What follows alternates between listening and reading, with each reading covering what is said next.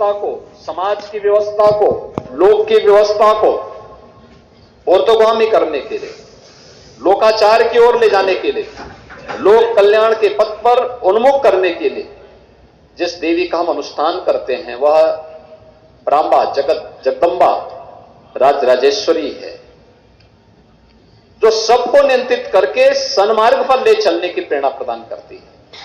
और उनकी स्थापना का कार्य इस नैमिष क्षेत्र में हुआ है। आप सब जानते हैं नैमिष तीर्थ के महात्म को ध्यान में रख करके ही सरकार ने अनेक कदम उठाए हैं। खासतौर पर इसको एक तीर्थ के रूप में विकसित करने की कार्रवाई आज चल रही युद्ध स्तर पर कार्य हमारा प्रारंभ हुआ है। और ये तो हमारा सौभाग्य है, भारत की इस विरासत को एक नया स्वरूप प्रदान करने के लिए आदरणीय प्रधानमंत्री मोदी जी के नेतृत्व में जो कार्य देश के अंदर प्रारंभ हुए हैं, अद्भुत है। काशी में महाकाल, काशी में काशी विश्वनाथ धाम को जिस रूप में एक भव्य स्वरूप दिया गया है।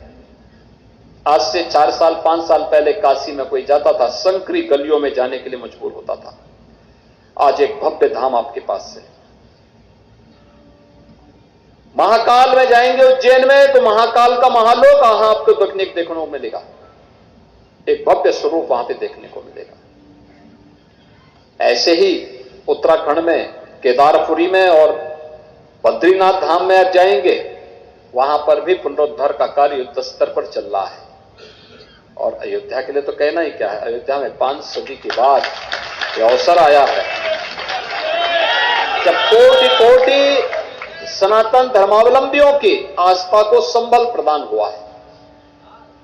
भगवान राम की जो मर्यादा थी उस मर्यादा का पालन करते हुए, न्यायालय के फैसले का पालन करते हुए भारतवासियों ने जिस संयम का परिचय दिया और दुनिया के लिए अनोखा उदाहरण है।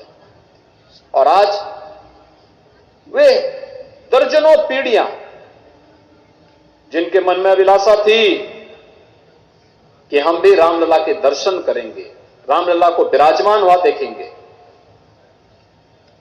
अधूरी आशा के साथ वे चले गए, साकेत धाम में प्रवेश कर गए, लीन हो गए। वे देख नहीं पाए, लेकिन हमारी पीढ़ी सौभाग्यशाली है कि हमने रामलला को विराजमान होते हुए देखा है, फिर से अयोध्या धाम में विराजमान होते हुए देखा है। यह हमारा सौभाग्य है कि अयोध्या के दिव्य दीपोत्सव के आयोजन के साथ हम सब सक्रिय रूप से सहभागी बनने का अवसर हमें प्राप्त हो रहा है। और ये सभी कुछ न कुछ अच्छे कार्य हो रहे हैं। इन अच्छे कार्यों से हम सबको भी प्रेरणा लेनी चाहिए।